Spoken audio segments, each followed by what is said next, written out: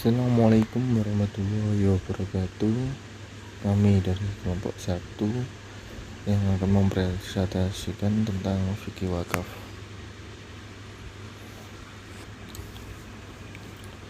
Nama saya Nabil Hataki, bersama teman saya Nikin Kusumawati dan Vici Ika Safitri. Langsung saja pada pembahasannya. Yang pertama, definisi wakaf. Wakaf secara bahasa bermakna al-habs atau menahan, dari at-tasbil menyalurkan. Wakaf secara istilah adalah menahan suatu barang dan menyalurkan manfaatnya dalam rangka mendekatkan diri kepada Allah. Misalnya, seseorang mewakafkan tanahnya untuk pembangunan masjid atau mewakafkan rumahnya untuk kepentingan para penuntut ilmu. Pada zaman jahiliyah, contoh wakaf adalah pembangunan Ka'bah dan penggalian sumur Zam-Zam oleh suku Quraisy. Dasar hukum wakaf sunnah. Wakaf hukum dasarnya adalah sunnah. Selama wakaf itu dipersembahkan demi semua hal yang bermanfaat bagi manusia, serta tetap berada di dalam koridor yang diridhoi Allah Subhanahu wa Ta'ala. Kemudian ada wakaf wajib. Terkadang ibadah yang hukum asalnya sunnah, bila diniatkan dengan niat tertentu, bisa menjadi wajib. Contohnya, bila seseorang bernazar untuk mewakafkan hartanya, apabila doa dan harapannya terkabul, maka wakaf baginya berubah hukum dari yang asalnya sunnah menjadi wajib, manakala apa yang dinazarkan itu menjadi kenyataan. Yang ketiga ada wakaf mubah. Kalau ada orang yang tidak beragama Islam mau mewakafkan tanpa syarat, tetapi di sisi Allah amalnya itu tidak ada manfaatnya, alias tidak memberikan banyak pahala, sehingga para ulama memasukkan ke dalam jenis wakaf yang hukumnya mubah. Contohnya adalah orang kafir zimi yang merelakan hartanya untuk kepentingan umum. Selanjutnya akan dilanjutkan oleh teman saya. Baik, di sini saya akan melanjutkan tentang syarat dan rukun wakaf. Yang pertama ada syarat wakif. Wakif disebut dengan orang yang mewakafkan. Contohnya, saya mewakafkan tanah masjid. Nah, saya di sini adalah wakif. Wakif harus merdeka, berakal, dewasa, dan tidak berada di bawah pengampunan. Yang kedua, ada syarat maufuk. Syarat maufuk adalah benda yang diwakafkan. Nah, bendanya ini harus bergerak, tapi juga melekat dengan harta yang tak bergerak, seperti alat pertanian yang terkait dengan sawah dan sebagainya. Dan yang ketiga ada syarat maufuk alaih. Syarat maufuk alaih ini adalah orang yang menerima wakaf, biasa disebut dengan nazir. Syarat maufuk alaih ini bisa orang, bisa lembaga. Dan ada 3 syarat yang harus dipenuhi di maufuk alaih ini. Yang pertama, mengikrarkan wakaf. Yang kedua, jelas dalam menentukan penerima wakaf, dan tujuan wakaf haruslah untuk ibadah. Dan yang keempat, ada syarat syighot.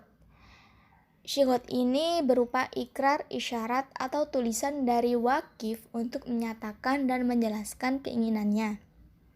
Nah, dalam wakaf ini tidak berlaku akad atau ijab qabul, karena ijab qabul itu biasanya terjadi dalam jual beli, sewa menyewa, dan sebagainya.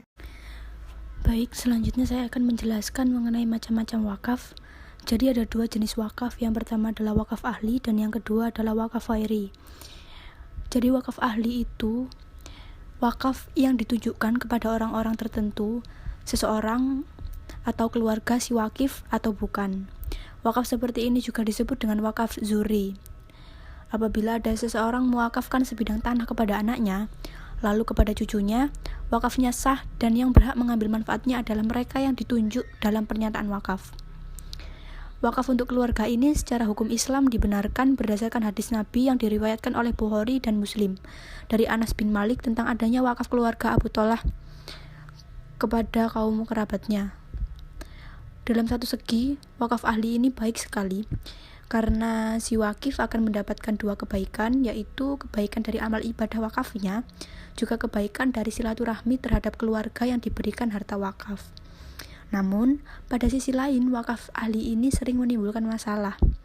wakaf ahli untuk saat ini dianggap kurang dalam memberikan manfaat bagi kesejahteraan umum karena sering menimbulkan kekaburan dalam pengelolaan dan pemanfaatan wakaf oleh keluarga yang diserahi harta wakaf.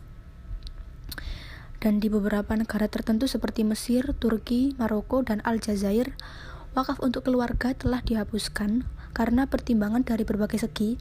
Tanah-tanah wakaf dalam bentuk ini dinilai tidak produktif. Dan untuk yang selanjutnya wakaf khairi. Wakaf khairi yaitu wakaf yang secara tegas diberikan untuk kepentingan agama atau kemasyarakatan seperti wakaf yang diserahkan untuk keperluan pembangunan masjid, sekolah, jembatan, rumah sakit, panti asuhan anak yatim, dan lain sebagainya. Jenis wakaf ini seperti yang dijelaskan dalam hadis Nabi Muhammad SAW yang menceritakan tentang wakaf sahabat Umar bin Khattab. Beliau memberikan hasil kebunnya kepada fakir miskin, ibnu sabil, sabilillah, para tamu, dan hamba sahaya yang berusaha menebus dirinya. Wakaf ini ditunjukkan kepada umum dengan tidak terbatas penggunaannya yang mencakup semua aspek untuk kepentingan dan kesejahteraan umat manusia pada umumnya. Kepentingan umum tersebut tidak bisa untuk jaminan sosial, pendidikan, kesehatan, pertahanan, keamanan, dan lain-lain. Dalam tinjauan penggunaannya, wakaf jenis ini jauh lebih banyak manfaatnya dibandingkan dengan wakaf jenis ahli. Karena tidak terbatas pihak-pihak yang ingin mengambil manfaat. Dan jenis wakaf ini yang sesungguhnya paling sesuai dengan tujuan perwakafan itu sendiri secara umum. Dalam jenis wakaf ini juga, si wakif atau orang yang mewakafkan harta dapat mengambil manfaat dari harta yang diwakafkan itu. Seperti wakaf masjid, maka si wakif boleh saja di sana, atau mewakafkan sumur, maka si wakif boleh mengambil air dari sumber tersebut sebagaimana pernah dilakukan oleh Nabi dan sahabat Umar bin Khattab. Maksudnya yang pernah dilakukan oleh Nabi dan sahabat Utsman bin Affan. Secara substansinya, wakaf inilah yang merupakan salah satu segi dari cara membelanjakan atau memanfaatkan harta di jalan Allah Subhanahu wa taala.